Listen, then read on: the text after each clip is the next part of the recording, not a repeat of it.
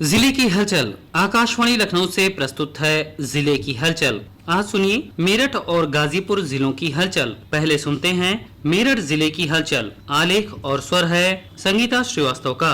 उत्तर प्रदेश के पर्यटन एवं संस्कृति मंत्री जयवीर सिंह ने मेरठ मंडल के पर्यटन और सांस्कृतिक विकास से जुड़े प्रस्तावों की समीक्षा करते हुए धार्मिक, ऐतिहासिक और सांस्कृतिक स्थलों को पर्यटन के नए केंद्र के रूप में विकसित करने की कार्य योजना पर विस्तार से चर्चा की। बैठक में पर्यटन विभाग की कुल 27 परियोजनाओं की समीक्षा की गई, जिनकी अनुमानित लागत लगभग 50 करोड़ रुपए से अधिक है। इनमें मेरठ के 2, गाजियाबाद के 4, गौतम बुद्ध नगर के 3, बुलंदशहर के 7 और हापुड़ के 8 प्रस्ताव शामिल हैं। ब्रजघाट क्षेत्र के पर्यटन विकास और गंगा तट से जुड़े स्थलों को भी विशेष प्राथमिकता दी जाएगी। बैठक में विरासत स्थलों को पर्यटन परिपथ से जोड़ने की रणनीति पर भी चर्चा की गई। पर्यटन मंत्री ने कहा कि प्रदेश सरकार पर्यटन को स्थानीय आस्था, सांस्कृतिक विरासत और जन भागीदारी से जोड़ते हुए नए आयाम देने के लिए प्रतिबद्ध है। राज्यपाल आनंदीबेन पटेल ने चौधरी चरण सिंह विश्वविद्यालय के 38वें दीक्षांत समारोह में 199 मेधावियों को पदक प्रदान किए। राज्यपाल ने कार्यक्रम को संबोधित करते हुए कहा कि चौधरी चरण सिंह जी का व्यक्तित्व भारतीय लोकतंत्र में सादगी, ईमानदारी, संघर्ष और जनसेवा के अद्भुत उदाहरण था। उन्होंने अपना संपूर्ण जीवन गांव, गरीब और किसान के उत्थान के लिए समर्पित किया।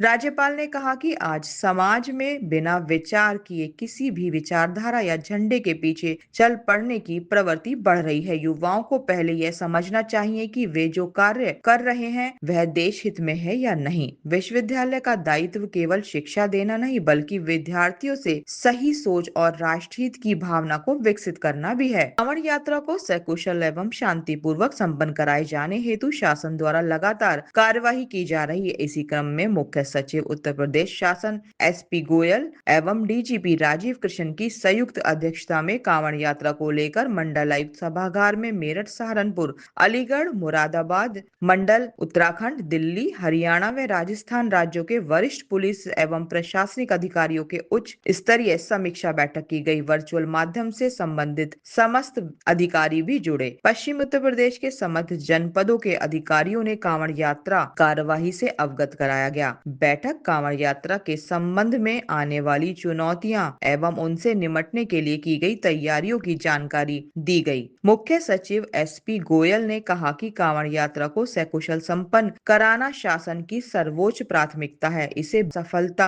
पूर्वक संपन्न कराना हम सभी का साझा दायित्व है। इसके लिए सभी विभाग अपने अपने दायित्व एवं दिए गए निर्देशों का 100% सुनिश्चित पालन करें। उन्होंने कहा कि कांवड़ यात्रा के दौरान संपूर्ण कांवड़ मार्ग एवं उससे जुड़े सभी प्रमुख स्थलों पर नियमित साफ सफाई, स्वच्छता एवं सैनिटेशन की समुचित व्यवस्था सुनिश्चित की जाए। कांवड़ शिविरों का संचालन निर्धारित मानकों के अनुरूप किया जाए। शिविर के लिए आवश्यक अनुमति, विद्युत कनेक्शन, अग्नि सुरक्षा, खाद्य सुरक्षा एवं अन्य सभी सुरक्षा मानकों का समयबद्ध अनुपालन सुनिश्चित किया जाए। कांवड़ यात्रा सकुशल बिना किसी विघ्न बाधा के पूरी हो सके, किसी भी कांवड़िया को कहीं कोई कष्ट न हो, चार रूप से ये कार्यक्रम संपन्न हो, उनका सम्मान के साथ सारे लोग योगदान करें। केंद्र में एनडीए सरकार के 12 वर्ष के दौरान विभिन्न योजनाओं के माध्यम से महिलाएं आत्मनिर्भर और सशक्त हुई हैं। केंद्र सरकार की महत्वाकांक्षी योजना स्टैंड अप इंडिया में हुनरमंद महिलाओं ने रोजगार शुरू किया और कामयाबी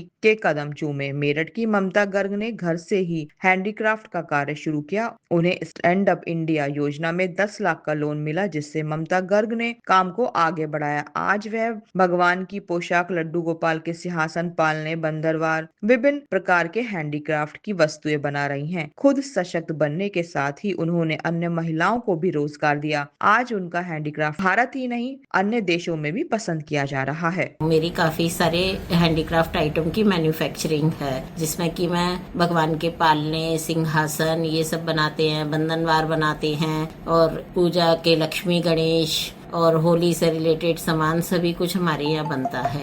मेरठ में मुख्यमंत्री शिक्षक कैशलेस योजना के शुभारंभ अवसर पर चौधरी चरण सिंह विश्वविद्यालय में एक महत्वपूर्ण आयोजन किया गया। कार्यक्रम में राज्य मंत्री डॉक्टर सोमेंद्र तोमर, सांसद अरुण गोविल मौजूद रहे। कार्यक्रम में मुख्यमंत्री योगी आदित्यनाथ का लाइव संबोधन भी सुना गया। कार्यक्रम में शिक्षकों को मुख्यमंत्री कौशल कैशलेस योजना का कार्ड देकर सम्मानित किया गया। साथ ही स्कूली छात्र छात्राओं को डीबीटी के माध्यम से योजनाओं से लाभान्वित किया गया। इस अवसर पर राज्य मंत्री डॉक्टर सोमेंद्र तोमर ने कहा कि प्रधानमंत्री नरेंद्र मोदी और मुख्यमंत्री योगी आदित्यनाथ के नेतृत्व में शिक्षा के क्षेत्र में लगातार विकास कार्य प्राथमिकता से कराए जा रहे हैं, जिससे छात्र छात्राओं और शिक्षकों को अच्छा शिक्षा का माहौल और शिक्षा का स्तर मिल रहा है। मेरठ जिले की हलचल के बाद आइए सुनते हैं गाजीपुर जिले की हलचल। आलेख और स्वर है श्रीराम राय का। पिछले दिनों गाजीपुर पहुंचे भाजपा के राष्ट्रीय महामंत्री अरुण सिंह ने स्वामी विवेकानंद के गुरु पौहारी बाबा के आश्रम में दर्शन पूजन के बाद केंद्र में एनडीए सरकार के 12 साल पूरे होने पर लगी प्रदर्शनी का अवलोकन किया एवं उपस्थित कार्यकर्ताओं को संबोधित करते हुए कहा कि प्रधानमंत्री नरेंद्र मोदी के नेतृत्व में सरकार ने महिलाओं के आर्थिक स्वावलंबन की दिशा में बड़े कदम उठाए हैं। उन्होंने कहा कि देश में बड़ी संख्या में लोग सरकार की जन कल्याणकारी योजनाओं का लाभ उठा रहे हैं। भारतीय जनता पार्टी ने गाजीपुर के वरिष्ठ भाजपा नेता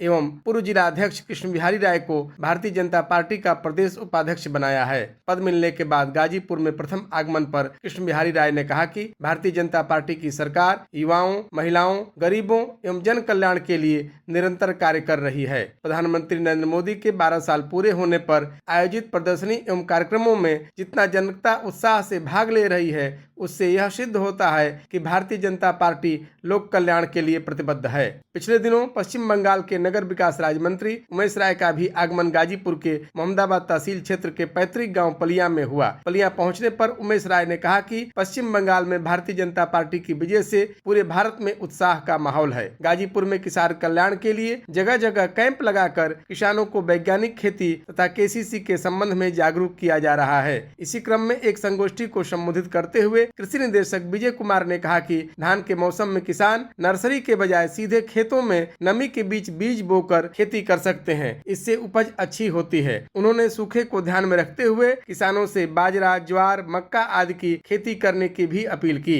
वहीं अग्रणी जिला प्रबंधक यूनियन बैंक राजदेव ने कहा कि मात्र 4% ब्याज दर पर सभी किसानों का केसीसी कार्ड बनाया जा रहा है एवं केसीसी बन जाने पर सभी किसान फसल बीमा का लाभ ले सकेंगे। उन्होंने गाजीपुर के सभी किसानों से अपने निकटतम बैंक से केसीसी बनवाने की अपील की। आगामी कांवड़ यात्रा एवं सावन माह में भगवान शिव के जलाभिषेक के मद्देनजर जिलाधिकारी अनुपम शुक्ला एवं पुलिस अधीक्षक डॉक्टर ईरज राजा ने गाजीपुर के विभिन्न घाटों का निरीक्षण किया। जिलाधिकारी ने कहा कि कांवड़ यात्रा में कांवड़ियों को किसी प्रकार की कोई असुविधा स्नान, जल लेने या जलाभिषेक के समय न हो, इसके लिए पूरे जनपद में प्रसिद्ध देवालयों का निरीक्षण किया जा रहा है तथा गंगा घाटों पर सुरक्षा के व्यापक इंतजाम किए जा रहे हैं। श्रद्धालुओं को किसी तरह की कोई दिक्कत ना आए, ये हम लोग की व्यवस्था है कि आवागमन में कोई दिक्कत ना हो, कि उनके रहने के लिए, बैठने के लिए, स्नान करने के लिए प्लस जल लेने के लिए कोई दिक्कत ना हो, भीड़ का नियंत्रण ठीक से हो, प्रॉपर लाइटिंग की व्यवस्था हो, पानी की व्यवस्था हो, सुरक्षा की व्यवस्था हो, यही सब देखा जा रहा है। गाजीपुर के विकास भवन में मुख्य विकास अधिकारी आलोक प्रसाद की अध्यक्षता में निपुण भारत मिशन की कार्यशाला का आयोजन किया गया। ज्ञातव्य है कि अभी प्राथमिक विद्यालयों की शिक्षा व्यवस्था में सुधार करने वाले निपुण भारत मिशन के तहत जनपद के 30% स्कूल ही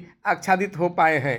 ऐसे में जिले के सभी विद्यालयों को निपुण बनाने पर जोर दिया जा रहा है। निपुण भारत मिशन के तहत विद्यालयों में कक्षा 3 तक के बच्चों को पढ़ने, लिखने और बुनियादी गणित की जानकारी देने का लक्ष्य निर्धारित है। ये था आकाशवाणी लखनऊ के क्षेत्रीय समाचार एकांश द्वारा प्रस्तुत जिले की हलचल का आज का अंक।